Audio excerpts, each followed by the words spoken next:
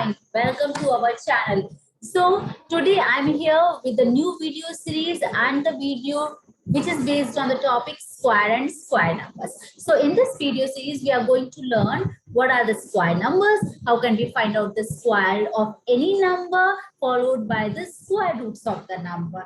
So please watch the entire video so that you are not going to miss any concept, and please like, share and subscribe if you find this useful for you. Let's start. So square is for, first of all, let's understand this is not the square which we have learned in geometry, in which a square is a figure having four equal sides. Not at all, right? So here, what is a square? Square of a number is the number which we get when we multiply the number by itself. For example, if I ask you square of number 2, square of number 2. So what will be the square? I told you we get a number when we multiply the number by itself. So number is 2, and when we multiply this number by itself, so it would become 4. 2 into 2, 4. So what is the square of 2? The square of 2 is 4. It's very simple how to find the square. In the same way we can find the square of any number. So first of all, let's understand the definition. Square of a number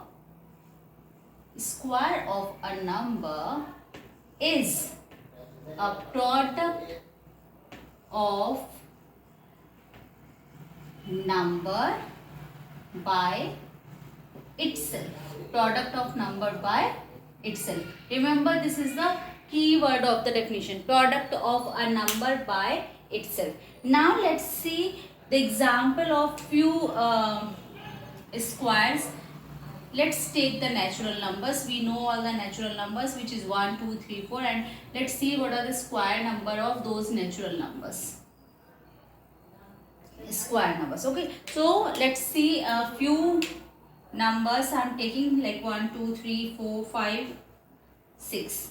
And we can take many, as we know natural numbers are infinite, but we are taking few examples only. So 1.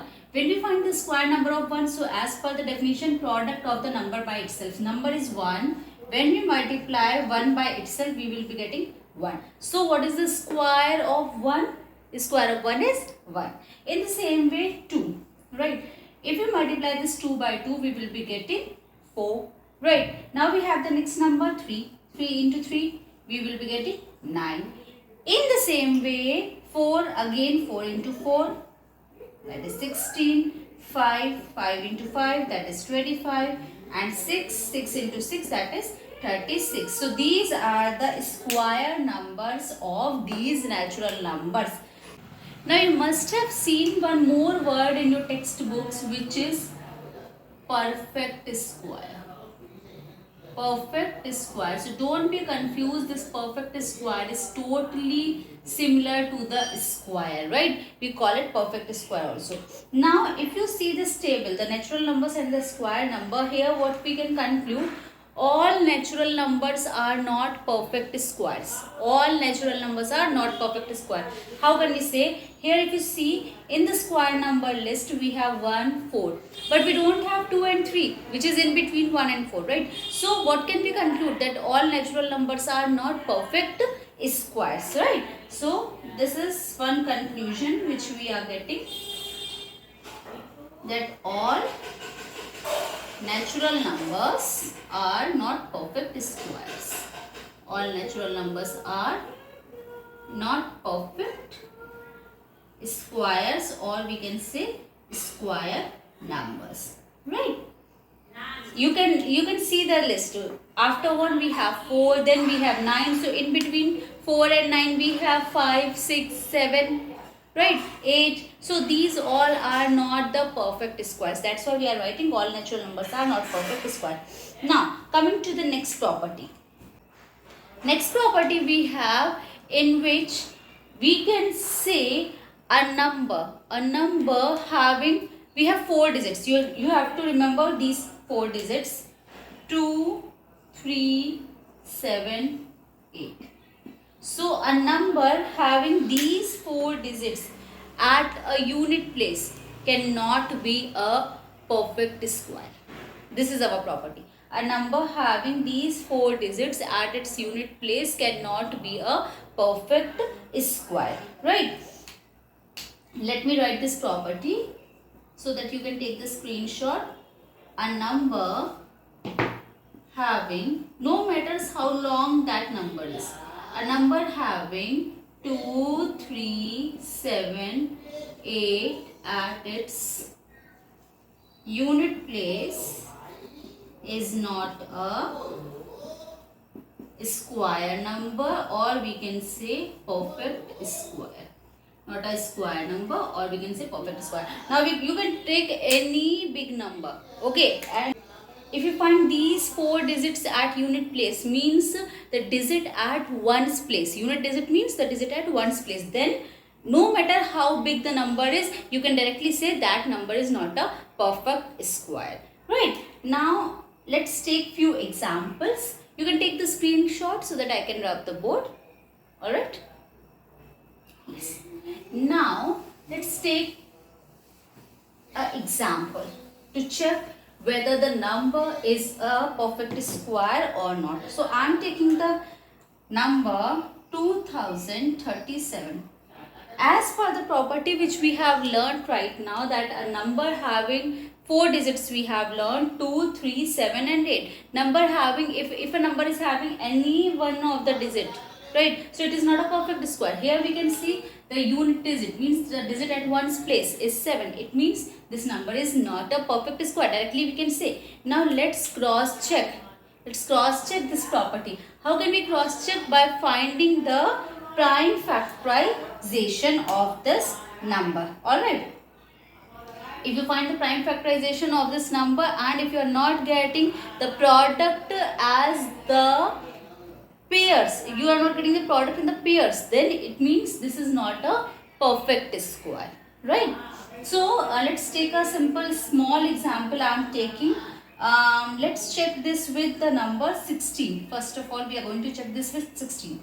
As we know, we have learned 4 digits, 2, 3, 7, 8. Remember, 2, 3, 7, 8. So you can see here the unit digit is 6. Directly we can say yes, it is a perfect square, and we know this is a very simple and a small number, so you can say that this is a square number of number 4, right? But let's check whether it is or not. So we are going to do the prime factorization. Now here it would be 8. When you again divide, it would be 4. Again divide, it would be 2, and at last we got 1, right? So here our process will be stopped. Now when you find the prime factorization, it would be 2 into 2 and again 2 into 2. So here you can see we have found the products.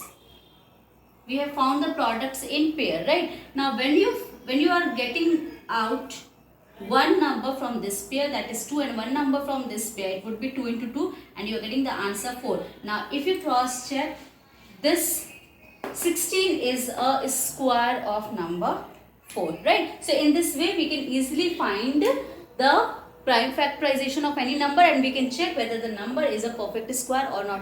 One more thing which we have already learned, that how can we check this? We can simply check by seeing the digit which is at unit place. Like 2037 means 7 comes in this property, right? So it is not a perfect square. When you find the prime factorization, you will be seeing that the numbers which you will get, that will not be in pair. One number remain unpaired, right? So this is not a perfect square. For perfect square, you should get complete pairs, like here we are getting, and we can fetch out one number from each pair, and when we multiply, we will be getting the natural number for which the particular number we are finding the prime factorization is the square number. I hope it's very simple and you all have understood, right? Now let's move to the next concept. Okay, before moving that, let's take one more example of a number. I'm taking a number 48, right? Now as per the property, you can directly say 48 is not a perfect square. Why? Because at unit place we are having number 8, right? Now let's check with the prime factorization method.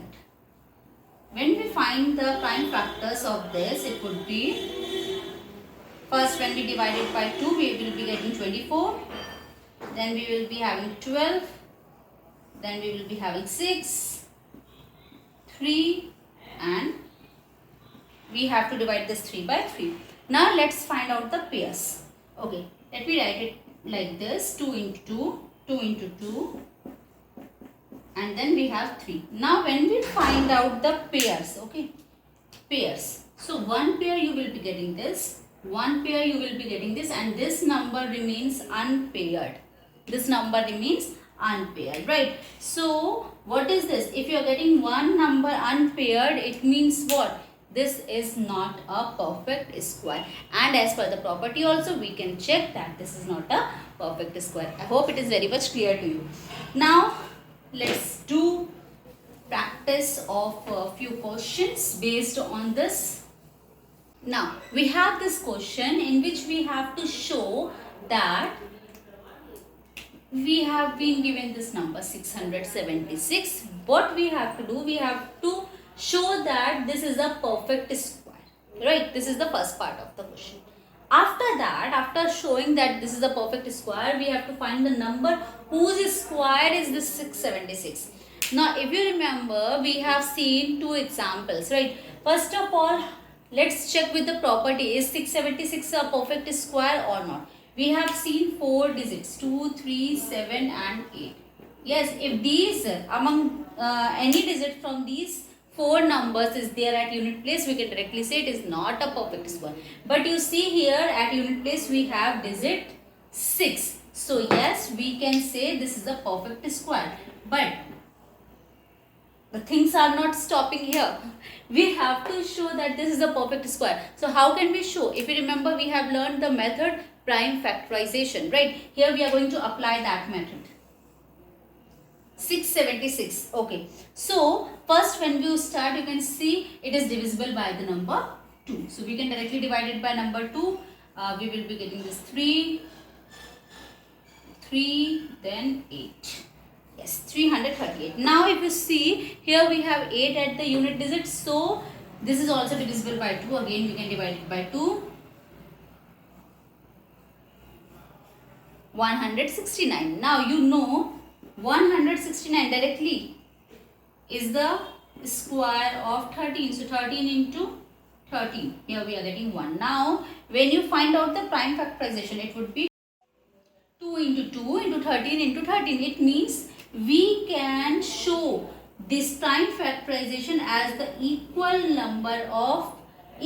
pairs of prime numbers. Equal pairs of prime numbers. Here also we are getting one pair. Here also we are getting one pair, right? So it means we have shown that this is a what? Perfect square. Next thing what we have to show, find the number whose square is 676. Very easy. We have learned this also. From both the pairs we have to fetch out one number. From this pair we will fetch out one number, that is 2. From this pair we will fetch out one number, that is 13. Now 2 into 13 is what?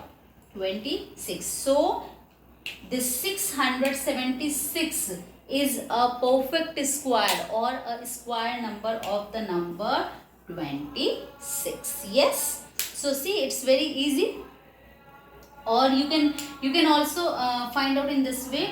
Here this 2 into 2 we can write 2 square. This 13 into 13 we can write 13 square, right? Now if you take out this 2 into 13 like this, and when you put the power in common, so 2 into 13 is what? 26. 26 square we are getting, and 26 square we are getting from which number? 676. It means 676 is the square of number 26. I hope it's very easy. Now please take the screenshot so that later on you can simply revise the concept. Moving to the next question. Now in this question we have to find the smallest natural number by which 720, we have been given this number 720, should be multiplied to make it a perfect square. Now we know how can we make a number, how can we check a number whether it is a perfect square or not. The main thing, we have to find the smallest number by which we will multiply to make this 720 a perfect square, right? So let's find out the prime factorization first. 720, we will start by 2. then it would be 360, again 2, it would be 180, again 2, 90, again 2, 45, then we have 3, 15, then again we have 3, 5, and here it would be 5. Okay, so this we have found the prime factorization. Now let's take out the numbers. 2 into 2 into 2 into 2 into 3 into 3 into 5. Now let's find out the pairs. Now we can write 720 is equal to this. Okay, when we take out the pairs, this is one pair, this is another pair, this is another pair. You can see 5 is remaining unpaired, right? And the question is, by which smallest natural number you will multiply to make it a perfect square. Here we can see it is not a perfect square. Why? Because 5 is left unpaired. So if you multiply the 720 by number 5, definitely you will be getting a perfect square, right? So what would be the answer? To make 720 perfect square, 5 should be paired. Here is the question, find the smallest natural number by which 720 should be multiplied to make it a perfect square. Since 5 is left unpaired, so we multiply 720 by 5.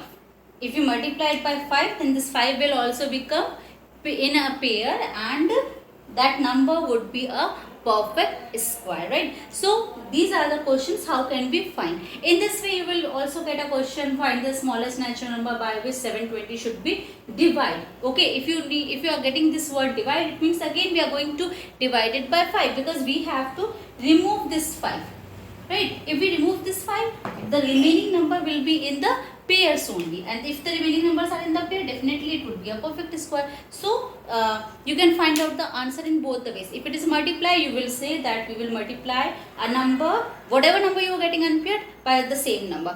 If it is the question is for the division, then whatever number you are getting unpaired, you will be dividing by that number. So in the same way you can find both type of the answer of both type of questions. Now let's move to the exercise, and we are going to take few examples which we have already learnt based on that. Now let's solve a small exercise based on the concepts which we have learned today.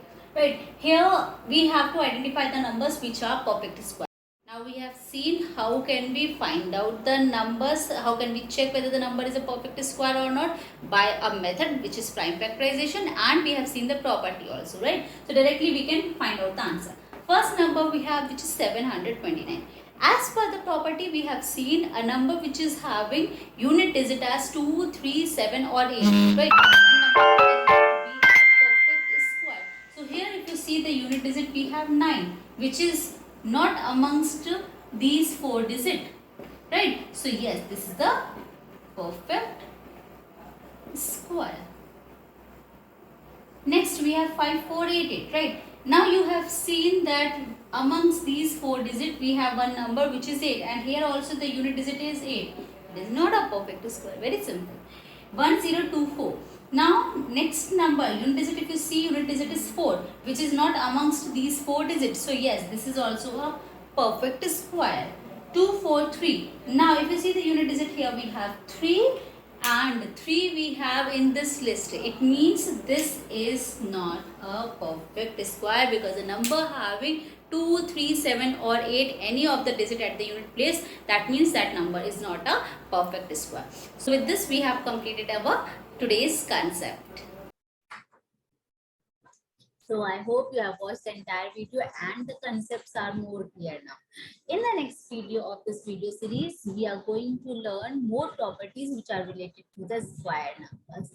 Till then, please watch these videos and make your concepts clear. Stay happy, stay safe. We will be meeting very soon. Till then, bye-bye. Sayonara.